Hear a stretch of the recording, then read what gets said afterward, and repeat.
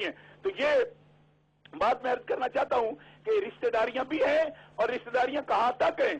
اب ان کو کہتے ہیں جی وہ ذلیل ہیں، وہ فلاں ہیں، ان کا خاندان ایسا ہے. ایک وہ فاسق ہے، فاسق کی تقریر یہ ہوتی ہے، وہ کہتے ہیں جی وہ تو شجرہ ہی سارا ملونہ ہے.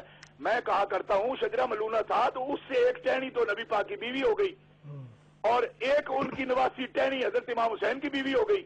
اور جنگ جمل میں آنے والا مقابل جو شہید ہوا ہے طلحہ بن عبید اللہ، ایک بیٹی اس کی حضرت امام حسین کی بیوی ہو گئی.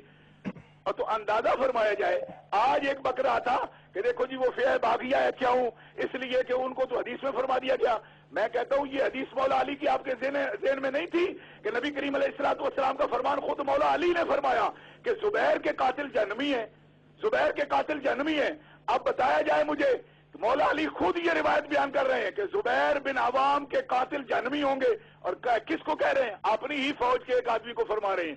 اور اس نے جب جا کر کہا کہ مولا علی آپ کو خوشخبری ہو، زبیر بڑا تکڑا بندہ ہے لیکن ہم نے مار دیا.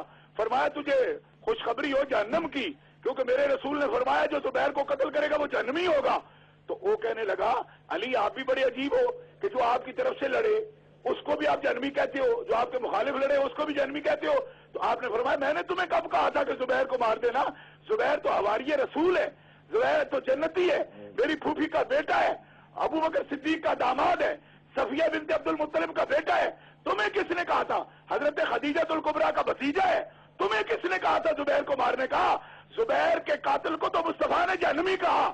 تو اب جو آدمی دن کو کہہ رہا تھا کہ جب امیر معاویہ کے گروہ سے کوئی مار گیا عمار کو تو سارے باغی ہو گئے، تو حضرت علی کے گروہ سے کوئی مار گیا زبیر کو تو کیا سارے جہنمی ہو جائیں گے؟ ارے کوئی جو نظر دوڑے نہ برچھی تان کر، اپنے بیگانے ذرا پہچان کر. کوئی اصول مناظرہ سمجھو، باس کا اصول سمجھو، کسی طریقے سے بات کرو. حضرت مولا علی اس موقع پر خود فرما رہے ہیں کہ بے ایمان میں نے کب تمہیں کہا تھا کہ زبیر کو مار دینا؟ زبیر تو وہ ہے جسے رسول اللہ نے دنیا میں جنتی فرما دیا، اور میری پھوپھی کا بیٹا مار کے مجھے ہی آ کے خوشخبریاں سنانے کی کوشش کر رہے ہو. وہ تو جنتی ہے، حواری رسول ہے، جس نے ہر بار کے میں مصطفیٰ کریم علیہ السلام کا ڈیفینس کیا، رسول اللہ کے سامنے اپنی چھاتی پیش کی، رسول اللہ کی طرف آنے والے تیر اپنے سینے پہ اٹھاتا رہا. تم اس کے مار کر آ گئے ہو اور چاہتے ہو کہ میں تمہیں خوشخبری سناؤں. تو گرامی حضرت شاہ صاحب جہاں تک آج بھی اس نے وہ حدیث پیش کی کہ حضرت فاطمہ الزہرا غضبناک ہوئی، تو اس کو میں کہنا چاہتا ہوں کہ اپنی کتابیں اٹھا کے دیکھ. حضرت فاطمہ الزہرا حضرت ابو بکر صدیق سے بھی پہلے غضبناک ہوئی مولا علی پر، جب انہوں نے پیغام بھیجا تھا ابو جہل کی بیٹی سے رشتے کے لیے، اور حضرت فاطمہ الزہرا سرکار نے سنا تو آپ غصے ہو کر نبی علیہ السلام کے گھر میں گئی اور فرمایا کہ آپ کے چچا کا بیٹا تو ابو جہل کی بیٹی کو لانا چاہتا ہے.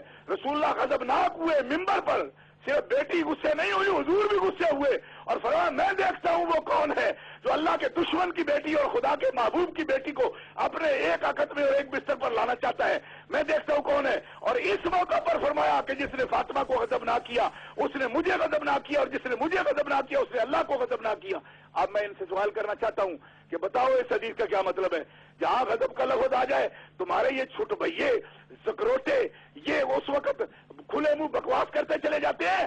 اب بتاؤ نا کہ جب حضور بھی غصے ہیں اور ممبر پر خطبہ دے رہے ہیں تو کیا حضرت علی المرتضیٰ پر لگاؤ فتویٰ کیا لگاتے ہو؟ حضور بھی غصے ہیں، حضرت فاطمہ الزہرا بھی غصے ہیں، اور حضور اس موقع پر ممبر پہ کھڑے ہو کر فرما رہے ہیں کہ جو جس نے فاطمہ کو غضب نہ کیا اس نے اللہ کو غضب نہ کیا. تو اب بتاؤ کیا فتویٰ ہے مولا علی پر؟ ذرا کھلے منہ لگانا، اسی طرح لگانا جس طرح وہ حدیث بار بار دہراتے رہتے ہو. اور اس وقت میں اللہ کے فضل و کرم سے یہ بات بتاتا ہوں کہ مولا علی کو رسول اللہ کے غصے سے بچایا کس نے؟ ذرا اس پر بھی نگاہ کرنا. مولا علی کو ساتھ لے کر رسول اللہ کی بارگاہ میں لانے والا سیدنا ابو بکر صدیق تھا، اور حضرت ابو بکر صدیق کی آنکھوں میں آنسو تھے اور عرض کرتے تھے یا رسول اللہ ابو بکر بڑے مان کے ساتھ علی کو لایا ہے، آپ ناراض نہیں ہوں گے؟ رسول اللہ نے فرمایا نہ میں ابو بکر پر ناراض ہوتا ہوں، اور ابو بکر جسے میرے پاس لائے میں اس پر بھی کبھی غصے نہیں ہوتا، میں علی سے بھی راضی ہوں، میں ابو بکر سے بھی راضی ہوں.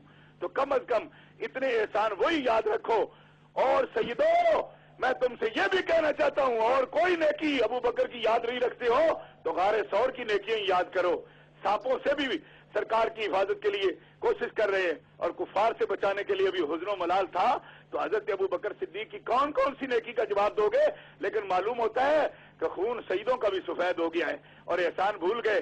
لیکن یاد رکھو سید محسن ہوتا ہے اور جو خود محسن ہو وہ احسان فراموش نہیں ہوتا. ابو بکر کے کس کس احسان کا بدلہ ابھی دینا ہے سیدوں؟